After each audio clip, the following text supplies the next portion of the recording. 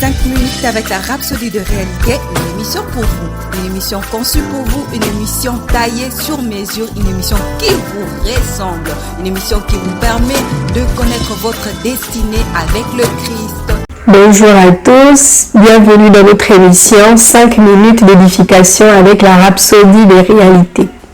Aujourd'hui, lundi 15 juin 2020, le trône de Dieu nous édifie sur le thème « C'est en vous maintenant ».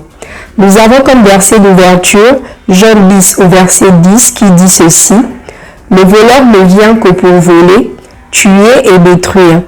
Je suis venu afin qu'ils aient la vie et qu'ils l'aient pleinement. » Les commentaires disent ceci, tout comme la santé divine, la prospérité, le pardon, la justification, la sanctification, la justice ne sont pas des promesses de Dieu pour la nouvelle création. De même, la vie éternelle n'est pas une promesse. La vie éternelle n'est pas la vie dans les cieux ou la vie que vous recevez lorsque vous arrivez au ciel. C'est en vous maintenant. Jésus n'aurait jamais eu besoin de venir si l'essentiel de la vie éternelle était d'aller au ciel. Après tout, Enoch est allé au ciel avant la venue de Jésus. Genèse 5, 24. De plus, Jésus a dit que Dieu n'est pas le Dieu des morts mais des vivants. Il est appelé le Dieu d'Abraham, d'Isaac et de Jacob. Lisez Luc, verset 20, 37 à 38. Ce qui signifie qu'Abraham, Isaac et Jacob sont vivants et dans les cieux. Même Élie a été transporté au ciel avec un char de feu. Nous pouvons le lire dans 2 Rois, versets 2 à 11. Il n'a pas eu besoin que Jésus vienne d'abord. Cela prouve que la vie éternelle ne consiste pas à vivre sans fin dans le ciel. Jésus n'est pas venu pour nous donner quelque chose qui était déjà disponible. Il était la manifestation de la vie que Dieu avait promise avant le commencement du monde. Le plan de Dieu pour l'homme était de vivre comme Dieu, de vivre à son image, de vivre en tant que son reflet dans ce monde. Mais l'homme s'est égaré du plan de Dieu à cause de la transgression d'Adam.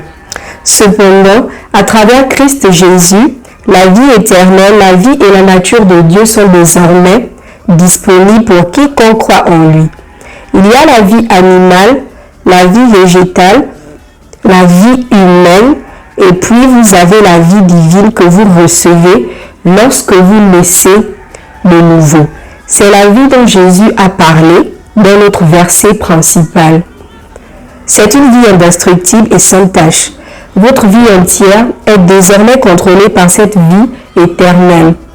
Elle vivifie votre corps physique. Elle détruit la maladie, les maux, l'infirmité et tout ce qui n'est pas de Dieu dans votre corps physique. Alléluia. Pasteur nous édifie ici sur le fait que lorsque nous acceptons Christ, automatiquement nous héritons de la vie éternelle.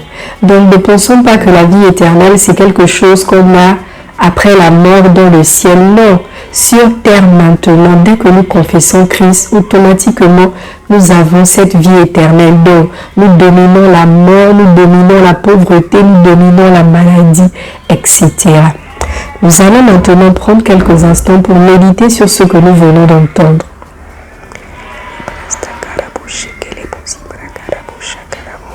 Vous allez maintenant répéter cette prière après moi. La vie éternelle est ce que je possède maintenant. L'âme en Christ. J'ai cette vie immuable, incorruptible, indestructible, impérissable, résidant dans mon esprit. Je suis passé de l'humanité à l'éternité. Par conséquent, je domine la mort, la maladie, les maux, l'infirmité, l'échec, le manque et tous les rudiments de ce monde, au nom de Jésus. Amen. Nous avons les études approfondies dans Jean 3 au verset 16, dans Jean 10, verset 27 à 28, et dans 1 Jean 5, versets 11 à 13. Que Dieu vous bénisse et bon début de semaine.